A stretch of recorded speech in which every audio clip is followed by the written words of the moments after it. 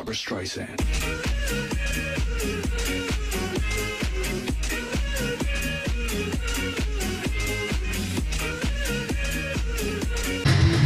Okay guys, I finally got it here for you. Got a controller to mod. And what we are modding today is the D-pad. It's going to be green.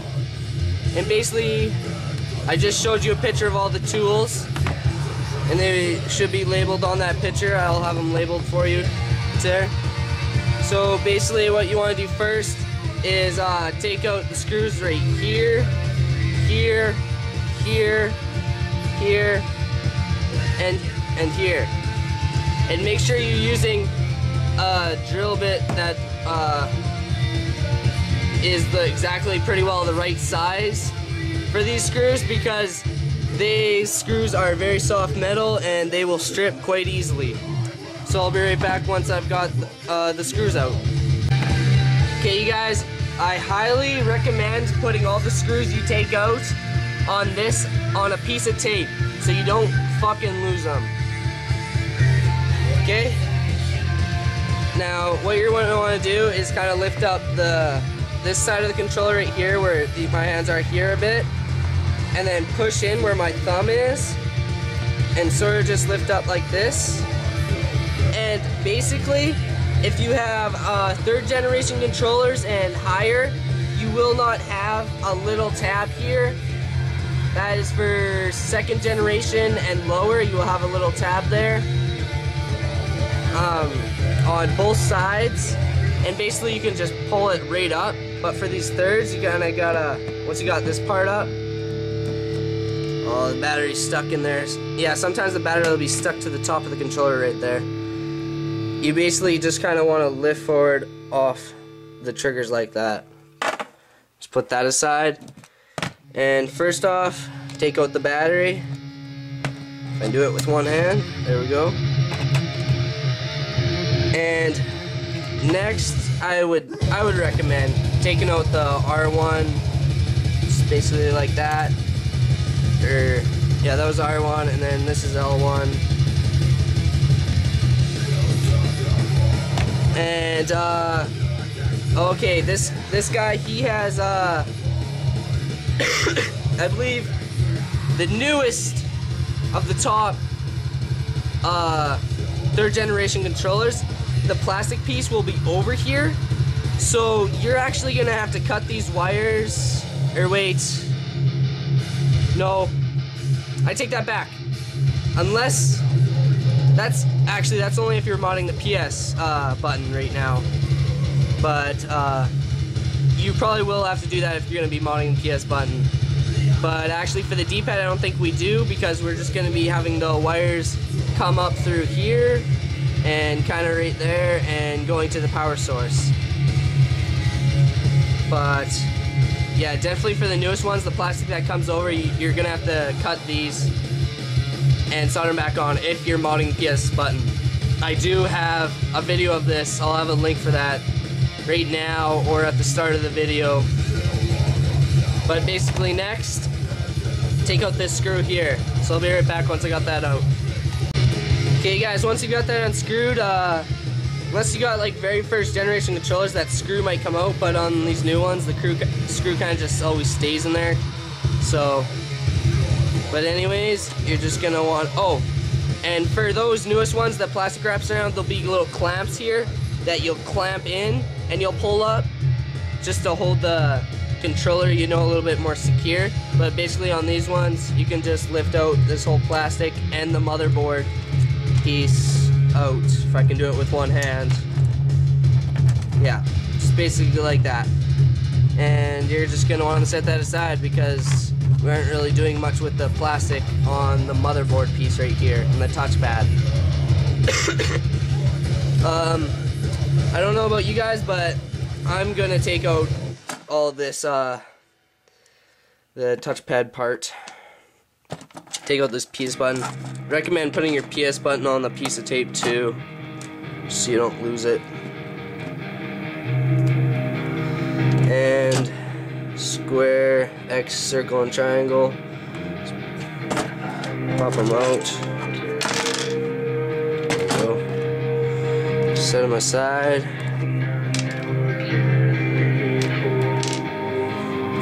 Recommend having a lamp for this too. Definitely helps. Take out this part. I've gotten some questions about this piece right here before too. This little thing, you do not actually need it. I've taken it out and had no problem. Its D-pad still worked fine with me. You can basically just take that out. I don't think any of the new ones have it, but if you does, just basically take it out. You don't really have to throw it away. I kind of always just keep them. Just gonna throw it in here. And here's the D-pad.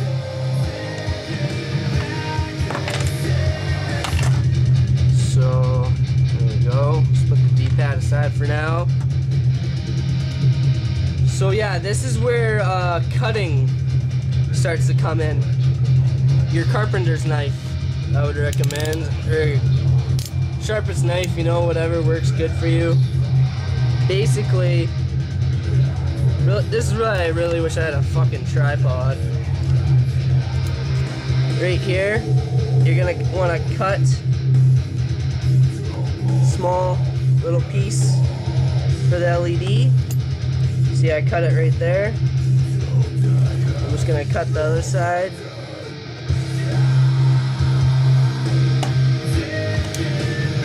And then, once you've got it cutted, basically just take some needle nose pliers and rip the plastic off. I can't really do it with one hand, so I'll be right back, guys. Okay, you guys, I've cut it out. As you can see, first LED is placement is cut out, and this is where your glue gunning skills are gonna come in. It's basically just gonna glue in like that. You're gonna want to bend the prongs though, right? I am doing green LEDs for this, and these green ones for the voltage that the ps3 controller gives, you do not need a resistor. But once I cut out right here and I get the rest of these cut out, and I will show a picture of all the LEDs and all the ones that need resistors and the main voltage that they need, and how much the battery from the ps3 and off the motherboard voltage that comes off of that. So yeah, once I've got this cut out, and I'm gonna glue one LED in and show you guys it, I will be right back. Okay, you guys, I've got it nice and glued in there. As you can see, that's basically how you're gonna want to glue it in. Make sure the glue's not seeping into where the button is supposed to be. But I just want to show you guys a problem that I've come in contact to, and you guys might have to do it. I don't think I might have to do it on this controller. Basically, if you got your LED glued in too far, this isn't gonna be fully pushed down, but I think I don't have a problem with this on this D-pad right now. Hopefully I can get all of them like that. It's nice if you can, because if you can't, then what you're gonna have to do is cut out the ends of the D-pad like so on this one to make it fit. See, it'll kind of make it fit better. You're gonna get more shine with this too, actually. But as you can see, you kind of see through, but you won't be able to see through it when it's all closed up because there'll be no light going through it. But that's a problem you might encounter. But basically next, glue the rest of your LEDs in, like so, like that one, and cut the prongs off. If you don't know about LEDs, the tall prong is the positive, and the bottom prong is the negative. So you kind of want to glue them in so that when you wire it up, the wires are kind of right beside each other. so you don't have too many long wires going around here. But yeah, basically get those wired up and glued, or get them glued in, and then I'm gonna wire them up. So I'll be right back once I've got them glued in. So be right back. Okay, you guys, I have got excuse me. I have got all the LEDs glued in right now, and some tricks on this right here for wiring. You're gonna wanna, it's not really necessary, but it's probably gonna help you when you're putting your controller back together. Cut some little dimps in there for the wires to go through, so they're not pushing up against the R2, or no, that's the L2 button right there. And basically, if you can, you don't want to wire this up kind of stupid, else it's going to be harder for you to put your wires in. Not really harder, just makes more sense. Okay, so basically, when you put your LED in, what I would recommend, take a marker or a Sharpie like so, and color the one prong so that you know which one's positive or negative. Like I colored the positive side green, so this side right here is positive, this side's negative, so I've got this positive facing the positive side of this prong right here, and right here the negative is facing a negative, and right here this positive is facing a positive, and this negative right here is coming back around and facing this negative. So basically, if you can see, I don't even need to put a wire right here for these the positive right there, because I just need to solder it so it'll stay in place, the prongs, so I don't really need to put a wire there. But positive is red, negative is black, so I would highly recommend having two different colors of wires for this. This is the size I use, pretty small. I get this at phenoptics.com. That's where I get my LEDs too.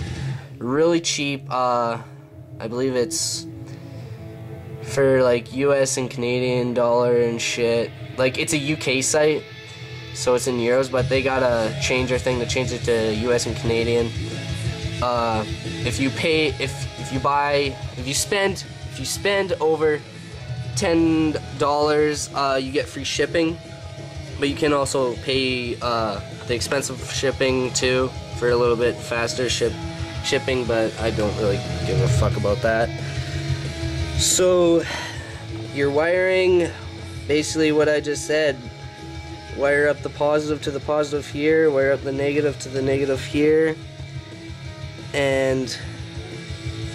but right here, see, this is your problem. You're gonna have to wire this positive all the way back around to this positive too, and wire these two negatives up, and you see you're gonna have to wire this negative right here over around to this negative here too, because we're doing parallel circuit right here, not series.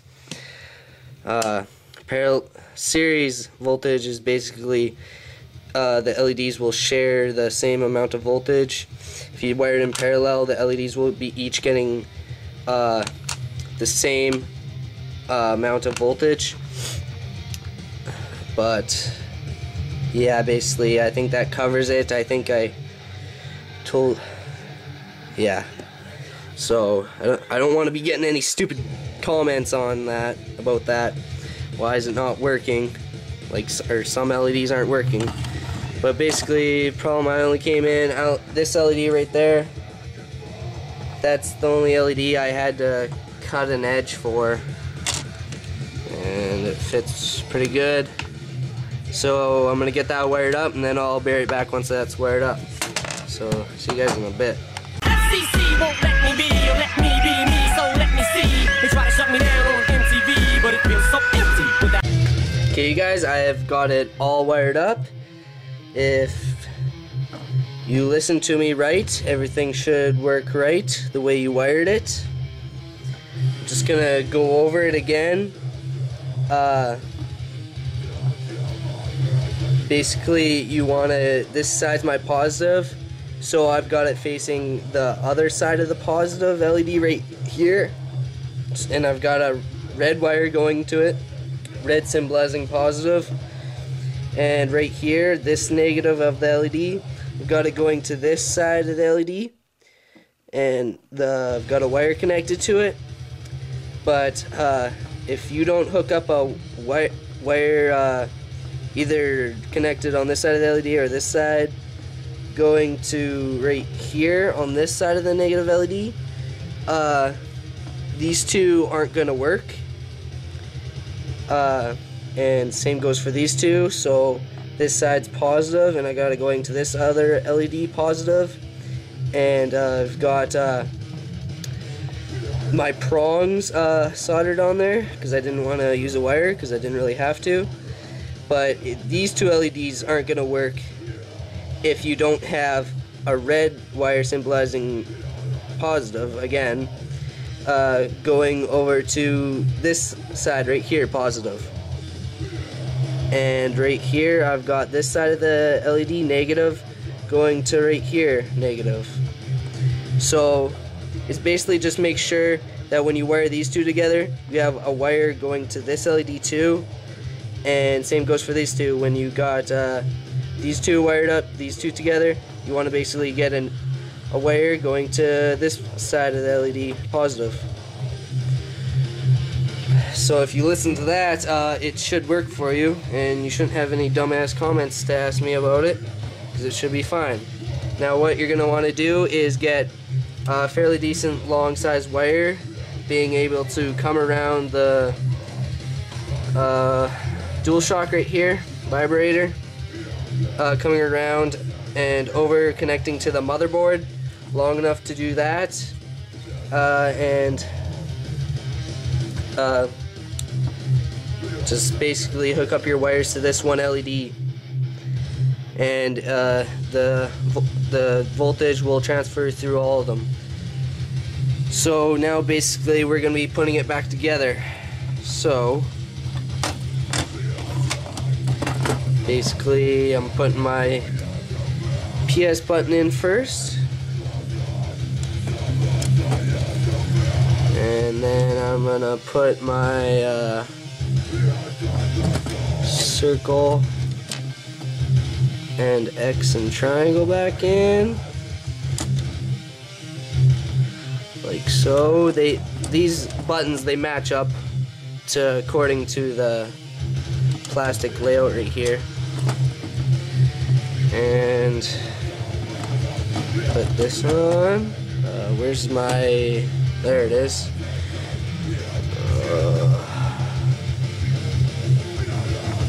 Right there. And put this one on. Oh, there's hairs on it. Where the fucking hairs came from. Get the hairs on, or get the hairs off. Put it back on. Get thing for the buttons. Should be fine. And basically, take your motherboard piece like so. And remember, you didn't have to take any of this apart right here, unless you had the 3rd gen and you had to, or, well, I guess never mind then. Never mind. Okay. Just put it back on. Basically, put it back in, put that screw in, make sure everything's working good, flip it over, make sure these buttons are all working good, and I can't put this in back together with one hand, so I'll be right back. Okay, I've got it all screwed in. My buttons seem to be all working fine. Yep, so now you've got these two wires, positive and negative. Just gonna try to get them to wrap around without you think it might get tangled with the DualShock. Fuck, can't speak. basically get that wrapped around, and right now I will have a picture of all the spots on the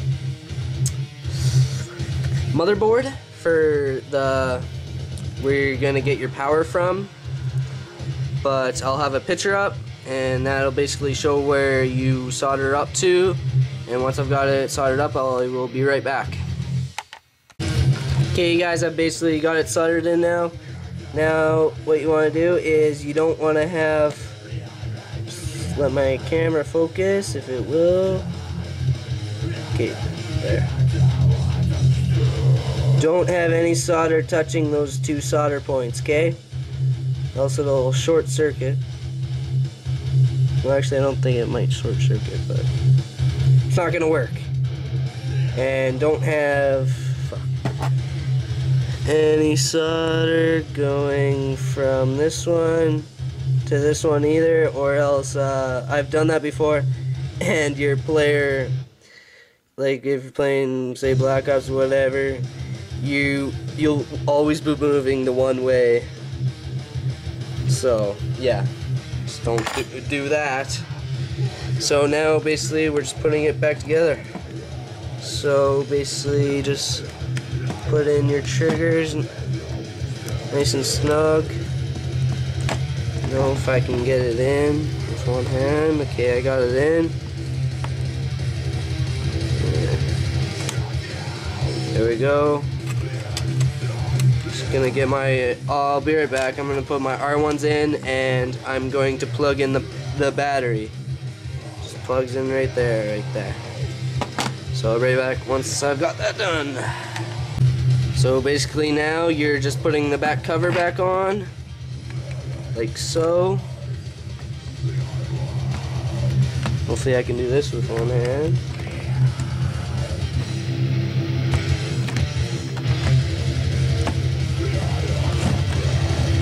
You'll feel that when you push this in right here, it'll clamp in because there is a clamp there.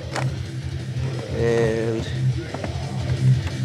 once you've got that in, and then you will just be putting the screws back in their spots, and then it should be done. But I'll be right back once I've got that done. Okay guys, I've got it all snapped in back together. Screws are in, buttons seem to be working, you know, all the goodness. But now we will test it, see if I wired it up right. Hopefully I did. Pretty sure I did. Here we go. There you go. You got a lit up green D-pad now. So, hope that helped. So, please like it if it helped. If you got any questions, just leave a comment, you know. I'm going to be having how to do these right here. They are one of the most hardest things to mod on a PS3 controller, I find, for me at least. But yeah, I will have a link for how to mod the PS button and a link for how to mod these. Just so you know, I have about 3 different videos on how to mod the PS button. One, I believe, is the 2nd generation mod controller. I will have a bunch of links right here, right now for it. I have a slideshow of how to mod the 3rd generation. It's about 3 minutes. You know, if you don't like watching these big long videos, then go watch that. But I also have a 28-minute video of like a fully demonstration of a video of me modding the PS button in a 3rd generation controller. It's about one of the newest ones you can get now. For that one, I also have a disassembly of a PS3 controller. Go check that out. Just turn this back on. But yeah, basically just subscribe if you want to see more mods. I also play zombies. Fuck, I'm focusing. Like Black Ops Zombies. I'd say I'm pretty good at it. I've got to some pretty high rounds. But yeah, I don't think I have anything else to say, so see you guys later. Hope it helped. And if you love metal, hit the like button.